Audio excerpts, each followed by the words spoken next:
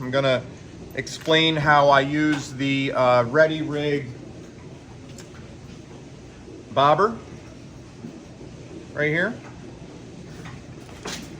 So right here, I'm gonna show you how I use it using one of the worm rigs here, just to show you the rig. But most of the time, I like to use this when I'm fishing a live bait, whether a live eel or a live herring. And what it does is it allows me to get my bait out away from the boat and let that bait swim freely while not affecting the other rigs that I have, you know, in a close proximity to the boat.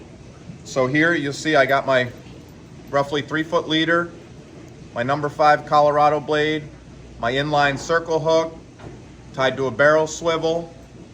Then I have that sinker slide, which allows that sinker to move freely here, right?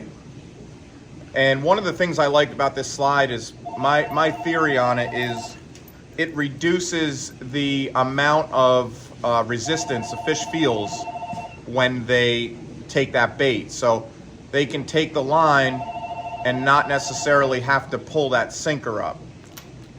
So let me go to my Ready Rig bobber here. So again, you see that? Ready Rig. You have this clip right on the top. You open that up. You clip that on your main line here. Right? Now that can move freely, okay?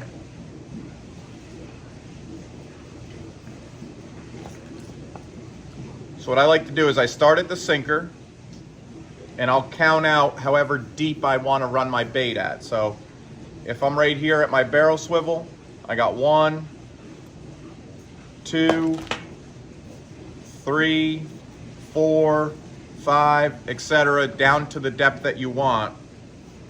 Then you take your main line, you clip it in this tension release here, which is adjustable. You see that Phillips head screw there? You can adjust how much tension you have on this clip right here. And the theory is when the fish takes this bait, it pulls it free, and now you can fight your fish without this bobber getting in the way.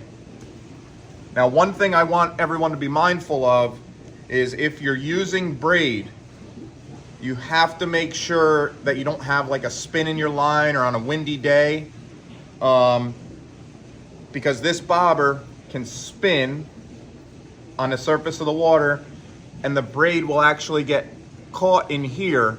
So one of the things that I've done to minimize this is keep tension on the line as I'm releasing it away from the boat, and keep tension on it at all times. I try not to let it get slack where there's a big spot, a loose line that can tighten up around this clip here. But just something to be mindful of. It does happen, but it doesn't happen all the time. And this is a great way to get your bait out away from the boat and kind of spread out your bait and your offering to the striped bass here in the Hudson River. Feel free to come on down,